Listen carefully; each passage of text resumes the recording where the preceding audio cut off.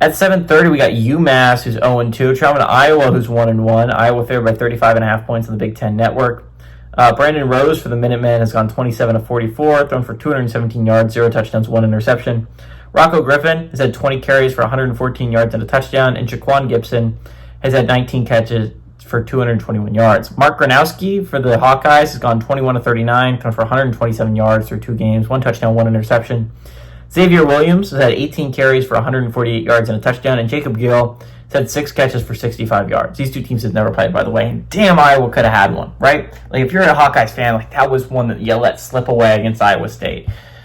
And that was one you probably couldn't afford to let slip away if you're the Hawkeyes, right? You look at the schedule coming up. I believe they still got Oregon on it. I believe they still got Penn State on it, and it's just like, you look at it, it's very difficult for me to imagine Iowa getting to the college football playoffs now. They can only afford one more slip up, which means they probably have to beat either one of the big two.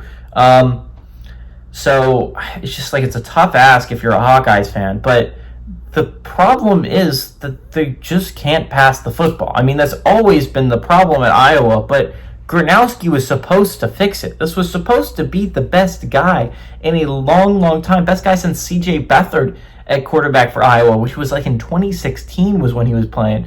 Like, this was supposed to be the savior of Iowa football. This was supposed to make football watchable again for Iowa. And they just have not been able to get it going offensively through the air. I think a lot of that is they run the ball like basically every first and second down, which again puts you in a manageable situation. It's not like they do a poor job of doing that. It makes you 3rd and 4 every time. But it does make for very low-scoring football games, and your quarterback can't get any rhythm going, and it's very predictable for the defense. So that's my big problem with Iowa. I still think Iowa is going to be a very tough out for literally anyone. This is not going to be an easy Hawkeyes team to beat. This is still, I think, one of the scariest teams in the Big Ten. When you're talking about someone outside of the top 6, right? Teams that would need a jump to see them making the college football playoffs. Iowa's a scary one. Their defense is always very good. The offense can run the football. They can't really pass it, but they can run it, man. So it's just like, it so sucks because Iowa is a team I think that is most deserving of a Big Ten playoff berth that no one's gotten, right? Like, a Big Ten team that hasn't gotten a playoff berth yet.